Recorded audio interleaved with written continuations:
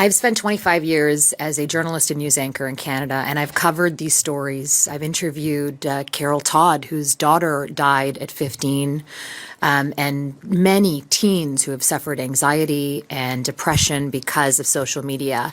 But about a month ago, something happened to our family that really woke me up.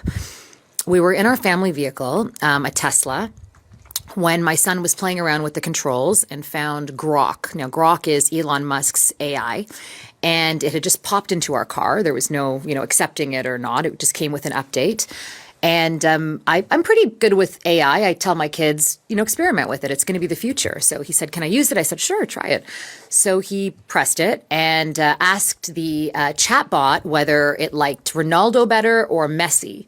And the chatbot said, oh, I like Ronaldo. And my son was very happy to hear, the chatbot trash talk Messi a little bit.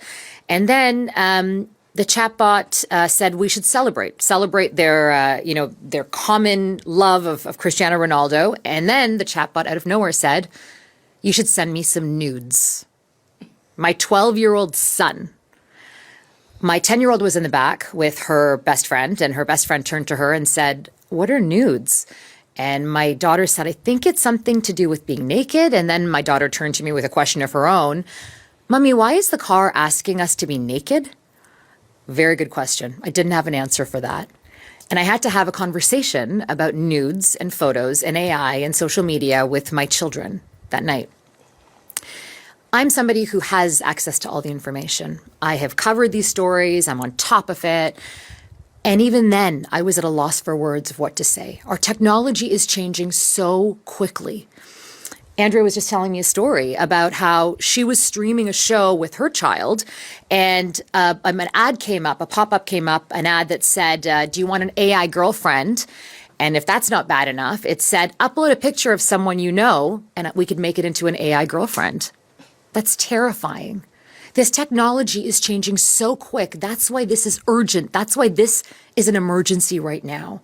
If someone like me who has access to that information is at a loss for words, can you imagine parents who don't? We parents are doing our best. We are trying everything. We are trying to be on top of everything. The tech companies are not going to police themselves. They have no incentive to. It's time the government now stands up and does the right thing for our kids. We are so behind. There's countries like Australia, the UK, the EU, where they are putting in practice these policies. And Silicon Valley knows that our policies are laxed, and that's why our kids are now beta testers for their latest experiments.